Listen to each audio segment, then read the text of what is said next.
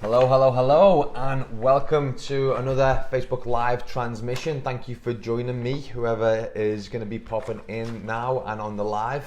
Please do say hi. I enjoy talking to all you guys. Anyone that talks to me in the comments, I'll always make sure that I jump back in and respond to everyone. So today I'm going to be sharing a little bit about something that happened with a client recently, which engendered this idea of, or this question rather, is it possible to bend time? And I love the idea of bending time or non-linear time. So I don't know if any of you guys have ever heard of this concept of non-linear time, but the idea is essentially that instead of time looking like this, which is we have a start time and then we have a finish time, it's kind of linear like this. That non-linear time is more like this, and that anything can happen in an instant. And I always love this idea, and it's always something that is very powerful to play with inside the context of a coaching conversation. And what I wanted to do today was just share with you a story about a client conversation that I had a few weeks back. And basically inside this conversation, I was working with my client, and she's been wanting to move from her home country of Germany to London to live for the past maybe year or so. And since we've been working together, it's been at the forefront of our conversations for the past 3 months. And basically what's been happening is that she traveled to London, and she got really inspired about moving back there because she lived there a few years ago. And so she got it into her head, you know, what is it I need to do in order to be able to move to London? What are the steps that I need to take? You know, what is the process that's going to allow me to get there? And, you know, rationally, what came through was, well, I need to get maybe an additional work. I need to start saving up and putting some savings away, and, you know, doing what needs to be doing the due diligence, so to speak. And so we put a plan in place, and anyway, she ended up getting this additional job, and she hated it.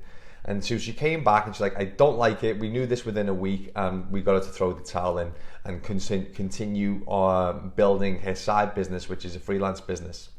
But meanwhile, she felt really stuck and obligated that she had to stay in her hometown instead of being where she really wanted to be. And I said, what if you didn't have to wait?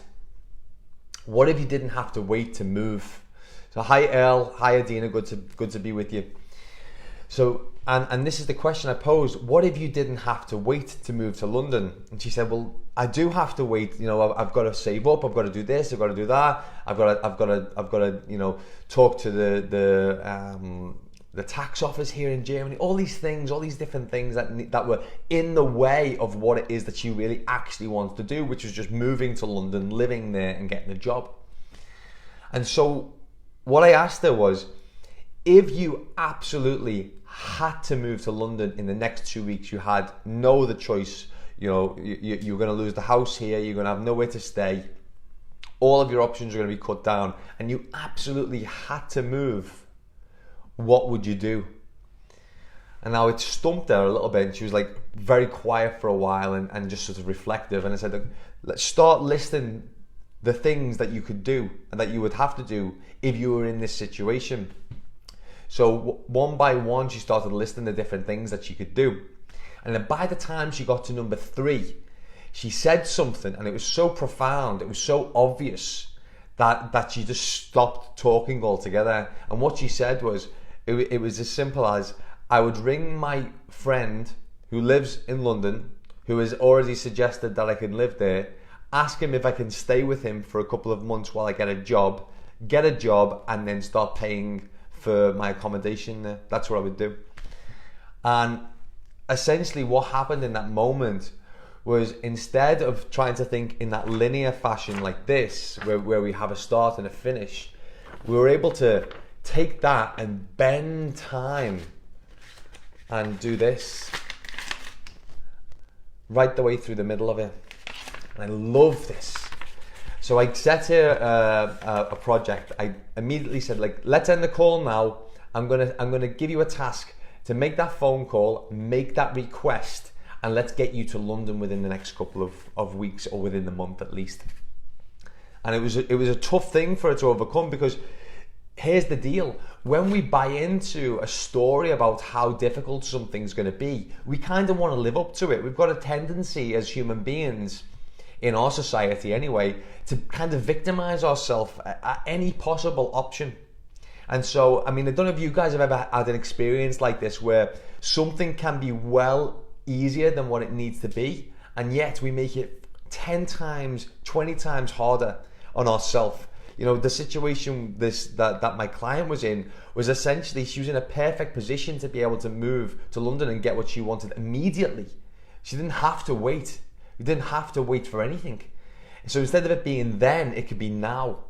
And have you guys ever had an experience like this, where you could wait for something, or you could just take it immediately, and still decided to wait, still decided to put things off, still decided to avoid the obvious choice that would have got you exactly what you wanted straight away? And this is not uncommon. So the thing is, what happened was, she made the phone call and she got told that, yeah, it's no problem, you can move whenever you want, and I'll put you up. And not only that, I'm going to be moving away from the centre of London for a while with travelling with work, and I'd be happy for you to take care of my property for me, rather than leaving it empty. And so she was just like blown away by this. And what happened after that was that, as she began to move towards making this choice and actually 100% committing to it, more and more things started to fall into place. So she had a friend who was able to help her find a recruitment officer in London and start already looking for work immediately. And then she found another friend who knew a truck driver who was driving to London in the next 2 weeks, so that she could drive with him to London on the truck, and paid like pennies to be able to go on a truck ride rather than flying, because she didn't want to fly. She wants to cut down on her travel emissions. And like, all of these little things started falling into place for her immediately the moment she decided to take action in a way that she could have what she wanted, not then, but now. So what I'm going to offer you guys is, you know, what is happening in your world right now? What is the projects that you're working on? What are the things that you actually want to do right now, that you think you've got to wait till then to be able to take action on, or wait till you've gone through a linear process like this in order to be able to actually have that thing? And just think now, ask yourself the question: if you absolutely had to take action toward having that thing this week, today, in the next 2 hours, if you absolutely had to, what would you do? And start coming up with some ideas. And I can promise you, at least one of them, if you can write maybe between 5 and 10, at least one of them will either get you that thing or move you 10 times closer to it than what you could ever imagine.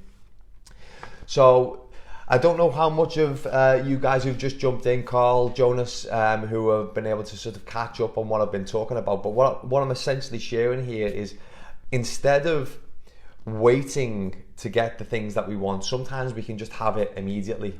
Hi Bonnie, good to have you with me.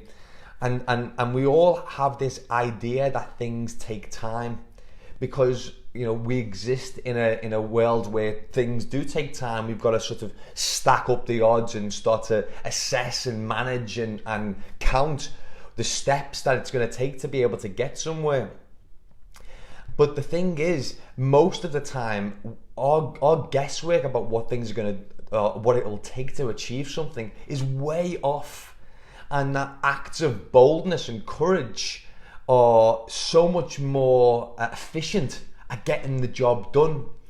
And I swear to God, I shared Goeth's quote with my client about boldness and taking action, and you know, that when we take action, that Providence offers us opportunities and gives us tools that we can use that we wouldn't have access to had we not took that action. And so it can be something as simple as just making a phone call, like it was in my client's case, like one phone call, and she got access to everything that she wanted. And most of the time we avoid this. Like our inner circle has all of the answers. Like every single thing that we could possibly want exists within our circle of influence. The idea of 3 degrees or 4 degrees of separation is a real thing, and therefore if we're willing to ask for what we want, then we will get it. But there's one caveat: we have to really truly want the thing in the first place. And most people just kind of maybe want things. They don't actually really say, this is what I want, and I'm going to do whatever it takes to be able to have that thing happen. And it is as simple as that. Most of the time we just do not have that level of conviction. We're in this place of indecision permanently, and it's crippling. Like, I mean, even trying to decide what we want to eat when we go for a meal can be crippling. Imagine trying to decide what it is that we want to do with our life. Most of the time, if we just choose one thing and act on it, it will always lead to something better. So, Bonnie and whoever else is watching now, has anyone ever done this? Instead of just trying to decide, they just choose one thing and gone for it, and it's turned out well. I mean, give me a 1 in the comments if that's ever happened to you guys. Because it's just about being able to say, it doesn't really matter what I do. There's always going to be a next step that's going to present itself to me. I might not be able to see it right now, but it's always going to present itself. It always does.